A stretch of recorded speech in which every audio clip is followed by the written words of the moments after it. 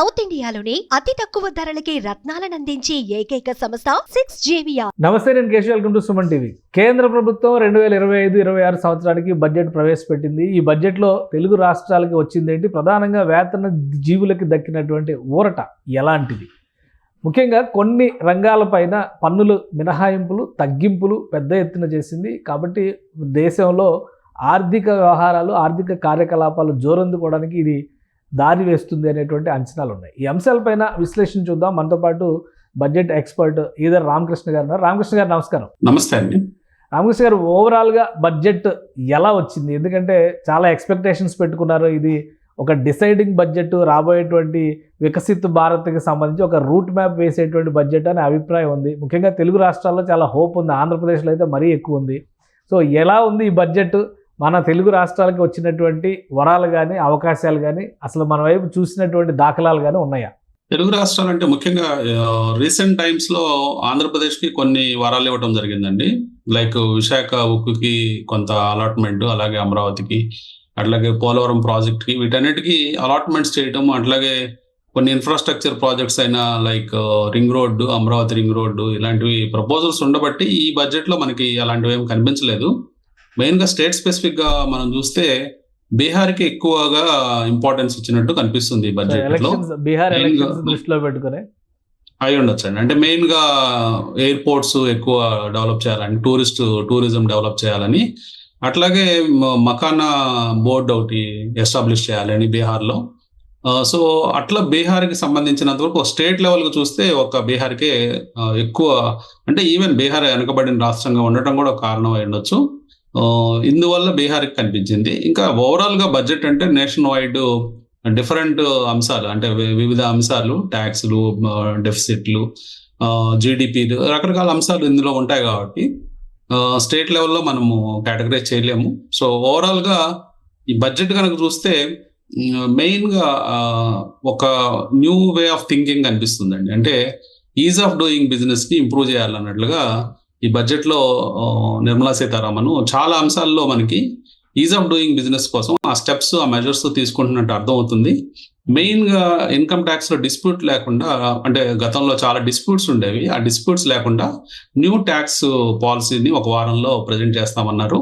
తద్వారా ఏంటంటే ట్యాక్స్ కట్టే వాళ్ళకి, అట్లాగే ట్యాక్స్ డిపార్ట్మెంట్కి డిస్ప్యూట్స్ మినిమల్గా ఉండేటట్లు, గతంలో ఉండే విధంగా కాకుండా చాలా తక్కువగా ఉండేటట్లు చాలా వరకు ఆ ఇబ్బందులు తొలగిస్తామని చెప్పారు. అట్లాగే ఇంపోర్ట్ చేసుకునే కంపెనీస్ కూడా మంత్లీ కాంప్లైన్స్ని ఎత్తివేశారు. మంత్లీ కాంప్లైన్స్లు ఎత్తివేసి ఒక ఎవ్రీ 3 monthsకి వాళ్ళకి కాంప్లైన్స్లు ఫుల్ఫిల్ చేయాలని చెప్పారు. సో అలా ఆ పర్టికులర్ డిపార్ట్మెంట్, ఇంపోర్ట్స్ సంబంధించిన వాటిలో కూడా ఈజ్ ఆఫ్ డూయింగ్ బిజినెస్ పెంచారు. అట్లాగే న్యూ సెంట్రల్ కేవైసీ 2026లో తీసుకొస్తామని చెప్పారు. అంటే ఈ కేవైసీని సింప్లిఫై చేసుకుంటూ వస్తున్నారు. ఆ భాగంలోనే కేఆర్ఏ వచ్చింది. ఈ కేఆర్ఏని కూడా న్యూ సెంట్రల్ కేఆర్ఏని 2026లో తీసుకురావాలని ట్రై చేస్తున్నారు. అట్లాగే చాలా లాస్ని, ఒక 100 లాస్ని డీక్రిమినలైజేషన్ చేశారండి. అంటే కొన్ని నేరాలు చేస్తే జైలు శిక్ష పడుతుంది, దాదాపుగా 100 లాస్ని ఎత్తివేస్తున్నట్టు చెప్పారు. అంటే ఇది ఒక కొత్త మార్గం ఎంచుకున్నట్టు కనిపిస్తుంది బడ్జెట్. ఓకే, అంటే ఇప్పుడు ఫైనాన్షియల్ ఫ్రాడ్స్కి సంబంధించి కానీ, సైబర్ క్రైమ్ లాంటివి కానీ, ఇవి చాలా పెరుగుతున్నాయి. అలాంటి బడ్జెట్లో ఏఐ లాంటి వాటికి, డీప్ టెక్కి, టెక్నాలజీకి సంబంధించి కూడా కొంత ప్రాధాన్యం ఇచ్చినట్టుగా కనిపిస్తుంది. ఈ రెండు బ్యాలెన్స్ చేయడానికి ఈ బడ్జెట్ దారి వేస్తుందా?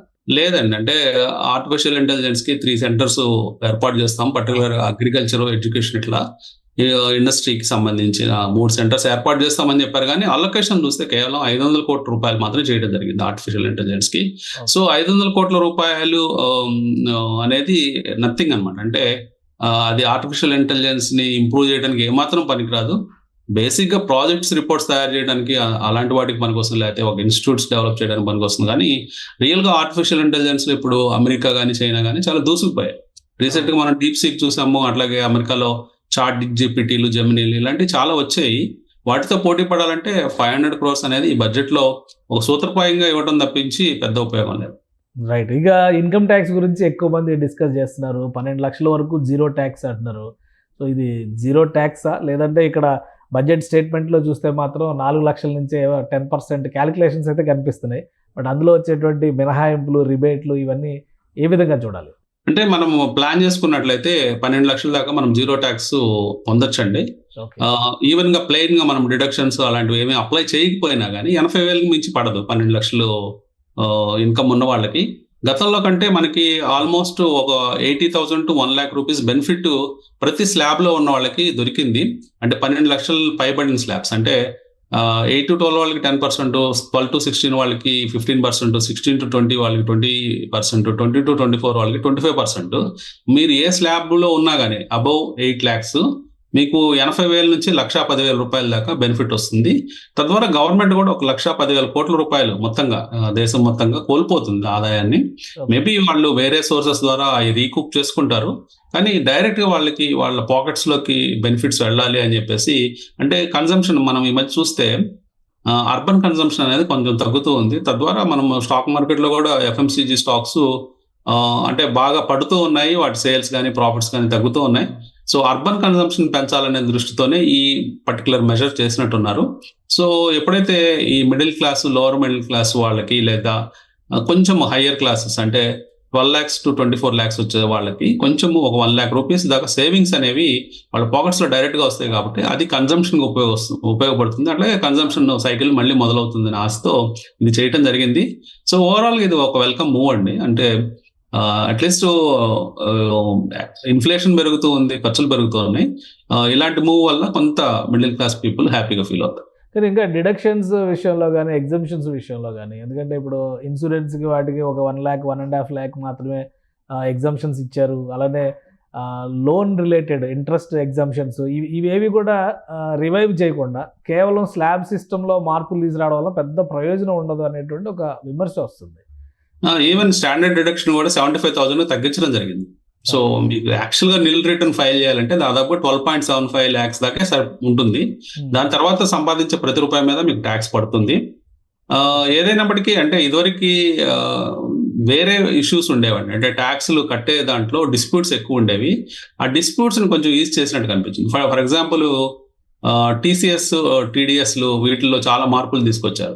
ఫర్ ఎగ్జాంపుల్ టీడీఎస్ ఇదివరకు రెంటల్ ఇన్కమ్ లో 22.4 lakhs నుంచే మనం టీడీఎస్ ఫైల్ చేయాల్సిన అవసరం ఉంది. ఇప్పుడు దాన్ని 6 lakhs to 7 lakhs పెంచడం జరిగింది. అంటే కొంత ఈజ్ ఆఫ్ డూయింగ్ బిజినెస్ లాగే ఈజ్ అంటే ఈ పర్టికులర్ ట్యాక్స్ విధానాల్లో ఈజ్ తీసుకురావడం జరిగింది. అట్లాగే టీసీఎస్ విషయంలోకి వస్తే మనము 10 lakhs దాకా ఇప్పుడు ఫారెన్ పంపించి పిల్లలు చదివించే వాళ్ళకి ట్యాక్స్ లేకుండా చేశారు. సో తద్వారా ఏంటంటే కొంత కంఫర్ట్స్ అనేవి ప్రతి ఒక్కరికి దొరికినట్టు అర్థమవుతుంది. పర్టికులర్ గా 8 lakhs to 25 lakhs income group కి. సో ఓవరాల్ గా మంచి మూవ్సే కనిపిస్తున్నాయండి. అంటే కొంచెము బెనిఫిట్స్ డైరెక్ట్ గానే కనిపిస్తున్నాయి.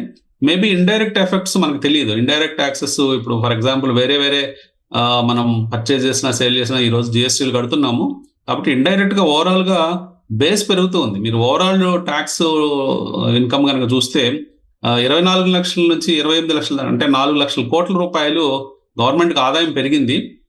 కాబట్టి ఆదాయంలో 1 లక్ష రూపాయలు వాళ్ళు తగ్గించుకున్నట్టు అర్థం చేసుకోవాలి. రైట్. అంటే ఇప్పుడు ఆదాయపు పన్నుకి సంబంధించి ఒక స్పెషల్ బిల్లు కూడా ప్రవేశపెడతాం అంటున్నారు. ఈ రోజు ఇచ్చినటువంటి అంశాలతో దాదాపు క్లారిటీ వచ్చేసినట్టేనా? ఇంకేమన్నా క్లారిటీ వచ్చే అవకాశం, అంశాలు ఆ బిల్లులో ఉండడానికి స్కోప్ ఏమైనా ఉంటుందా? ఉంటాయండి, చాలా అంశాలు ఆ బిల్లులో పొందుపరుస్తారు. అంటే జనరల్ గా ఈ రోజు ఏంటంటే మెయిన్ హెడ్లైన్స్ మనము అతనే చూస్తున్నాము. వీటిల్లో కొన్ని మార్పులు, చేర్పులు, కొన్ని క్లారిఫికేషన్స్ అన్ని కూడా రేపు ఫైనల్ బిల్లు 1 week లో వస్తుంది అంటున్నారు. కాబట్టి ఆ బిల్లులో చాలా డీటెయిల్డ్ గా మొత్తం అన్ని విషయాలు పొందుపరుచుంటారు. సో అప్పుడు ఆడిటర్స్ కూడా వాళ్ళకు కూడా క్లారిటీ వస్తుంది. సో ఎట్లా ప్లాన్ చేసుకోవచ్చు ట్యాక్స్ ప్లానింగ్ అవన్నీ కూడా అప్పుడు అందరికీ అర్థం అవుతుంది. సో ఇంకొకటి ట్యాక్సెస్ విషయంలో కానీ అలానే బడ్జెట్లో ఎక్కువ మంది సామాన్యులు చూసేది ఏ వస్తువుల ధరలు పెరుగుతున్నాయి, ఏ వస్తువుల ధరలు తగ్గుతున్నాయి అనే దాని మీద ఎక్కువ ఆలోచన, ఆశ ఉంటుంది. సో ఈ బడ్జెట్ అటువంటి కంపారిజన్స్లో ఎలాంటి ఈక్వేషన్స్ ఇచ్చింది? అంటే ఇదివరకు లాగా మనకి కొన్ని సిగరెట్లు, కాస్మెటిక్స్ ఇట్లా న్యూస్ లో వచ్చేవి. ఇప్పుడు ఇట్లా వాటి మీద స్పెసిఫిక్ గా మాట్లాడలేదండి బడ్జెట్ లో. ఈ బడ్జెట్ లో మనకి ఇన్ఫ్రా రంగంలో ఎలాంటి చేయబోతున్నారు, అగ్రికల్చరు మెయిన్ కొన్ని థీమ్స్ తీసుకున్నారు. అగ్రికల్చరు, పవర్ సెక్టారు, అట్లాగే ఇంకా మెడికల్ సంబంధించింది, హెల్త్, ఇలాంటి రంగాల మీద ఫోకస్ చేయడం జరిగింది. చిన్న చిన్న విషయాలు లైక్ కాస్మెటిక్స్ లేదా సిగరెట్స్ ఇట్లాంటి టాపిక్స్ బడ్జెట్ స్పీచ్ లో మనం వినలేదు డిస్కషన్ లో. మెయిన్ గా మెడికల్ ఫీల్డ్ లో తీసుకుంటే 10,000 సీట్స్ మెడికల్ సీట్స్ పెంచుతామని చెప్పడం జరిగింది. అట్లాగే మెడికల్ ఇన్ఫ్రా కూడా భారీ ఎత్తున పెంచబోతున్నారు. అట్లాగే అగ్రికల్చర్ విషయాల్లో చాలా బిల్స్ తీసుకొస్తున్నారండి. సో ధనధాన్య, కిసాన్ ధనధాన్య యోజన ఇలాంటి పిఎంవి చేస్తున్నారు. అట్లాగే మ్యారిటైమ్ తీసుకుంటే ఫిషరీస్ డిపార్ట్మెంట్ కి దాదాపు 25,000 crores అలాట్మెంట్స్ ఇస్తున్నారు. సో ఇట్లా ఒక్కొక్క కీ రంగాలు, అంటే పవర్ సెక్టార్ లో తీసుకుంటే న్యూక్లియర్ పవర్ తీసుకురాబోతున్నారు. అంటే 2047 కల్లా 100 GW ప్లాన్ చేస్తున్నారు. సో న్యూక్లియర్ రియాక్టర్స్ తీసుకురావటం, అదేమన్నా ప్రమాదాలు జరిగినా వాటి కాంపన్సేషన్ చేయడానికి దానికి తగ్గ ప్లాన్స్ అన్ని కూడా దాంట్లో పొందుపరిచారు. సో అట్లా ఒక్కొక్క రంగాన్ని ప్రత్యేకంగా ఒక్కొక్క రంగాన్ని తీసుకొని వాళ్ళు చేయటం జరిగిందండి. అలాగే ఇన్ఫ్రా రంగంలో 11 లక్షల కోట్ల రూపాయలు స్పెండ్ చేద్దామని ప్లాన్ చేస్తారు. ఇప్పుడు ఓవరాల్గా బడ్జెట్ డిపెండ్ అయ్యి గోల్డ్ రేట్ పెరుగుతుంది, తగ్గుతుంది, ₹1,00,000 వెళ్ళిపోతుంది, ఇలాంటి చర్చలు చాలా జరిగినాయి గత వారం రోజులుగా. ఏంటి అటువంటి ఇంపాక్ట్స్ ఏమైనా ఉన్నాయా? గోల్డ్ రేట్ ఫ్లక్చుయేషన్స్ కానీ, సిల్వర్ రేట్ ఫ్లక్చుయేషన్స్ కానీ, లేదా స్టాక్ మార్కెట్ పడిపోవడాలు లేవడాలు కానీ అటువంటి సంకేతాలు ఏమైనా ఉన్నాయి ఈ బడ్జెట్తో? ఈ బడ్జెట్ లో మనము గోల్డ్ రేట్స్ అంటే ఆల్రెడీ మనం ఆల్ టైమ్ హైలో ఉన్నాం. అంటే గోల్డ్ రేట్స్ కూడా మన రీసెంట్ గా 83,000 దాకా రావడం జరిగింది. సో గోల్డ్ రేట్ అనేది బడ్జెట్ మీద డిపెండ్ అయి ఉండదండి. బేసిక్ ఏంటంటే ఇంటర్నేషనల్ ఈవెంట్స్, ఇంటర్నేషనల్ సినారియోస్ ని బట్టి గోల్డ్ రేట్ పెరుగుతూ ఉంటుంది. అంటే జియో పొలిటికల్ వరీస్ పెరిగినా కానీ, లేకపోతే ఏదైనా దేశాల మధ్య యుద్ధాలు జరుగుతూ కంటే ఆ యుద్ధాలు ఎక్కువ కాలం కొనసాగితే అప్పుడు ఈ గోల్డ్ రేటు స్థిరంగా పెరిగే ఛాన్సులు ఉంటాయి. అట్లాగే సెంట్రల్ బ్యాంక్స్, ఆయా దేశాల సెంట్రల్ బ్యాంక్స్ గోల్డ్ పర్చేజ్ చేస్తూ ఉంటే ఫాస్ట్ గా గోల్డ్ పెరిగే ఛాన్స్ ఉంటుంది. సో ఇప్పుడు మనం చూస్తుంటే గోల్డ్ సైకిల్ ఒకటి కనిపిస్తుంది క్లియర్ గా. ఇంకా గోల్డ్ మీరు అన్నట్లు ఇంకా మంచి నెంబర్స్, అంటే 90,000, 1 lakh రూపీస్ ఈజీగా మనము అచీవ్ అయ్యే ఛాన్స్ ఉందండి ఈ సంవత్సరంలో 2025లోనే.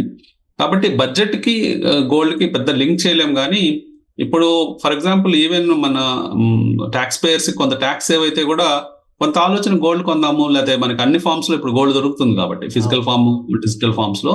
సో అట్లా కూడా స్పెండింగ్ గోల్డ్ మీదకి వెళ్ళే ఛాన్స్. రైట్. థ్యాంక్ యూ అండి. ఇది అనాలిసిస్. బడ్జెట్కి సంబంధించి మనం చూస్తే కనుక చాలా అంశాలని ఈ బడ్జెట్ టచ్ చేసింది. అయితే రాబోయే రోజులకి, ఫ్యూచర్కి సంబంధించినటువంటి కొన్ని డైరెక్షన్స్ ఇచ్చేటువంటి బడ్జెట్గా దీన్ని చూడాలని ఈదర రామకృష్ణ గారు చెప్తున్నారు. అయితే కొన్ని కీలకమైనటువంటి నిర్ణయాలు తీసుకోవడం ద్వారా వేతన జీవులకి, మధ్యతరగతి వర్గాలకి ఉపశమనం ఇచ్చేటువంటి అంశాలు ఇందులో చాలా ఉన్నాయి. సో ఇన్కమ్ ట్యాక్స్కి సంబంధించి కొత్తగా ప్రవేశపెట్టబోయేటువంటి బిల్లులో మరింత ఎలాబరేటెడ్ డిస్కషన్స్కి అవకాశం ఉంటుందని ఆయన విశ్లేషిస్తున్నారు. ఇక గోల్డ్ రేట్స్ పైన, ఇతర అంశాలపైన, ఫ్లక్చుయేషన్స్ గురించి ఇప్పుడు మాట్లాడడానికి సందర్భం కాదు. కానీ బడ్జెట్లో ఇచ్చినటువంటి ఉపశమనాల ద్వారా మార్కెట్లో కొన్ని మార్పులు చేర్పులు జరగడానికి మాత్రం ఆస్కారం ఉంటుందని విశ్లేషిస్తున్నారు. ఇది special discussion. Keep watching. Suman టీవీలో మీ పర్సనల్ అండ్ బిజినెస్ ప్రమోషన్స్ కోసం కింది నెంబర్కి కాంటాక్ట్ చేయండి.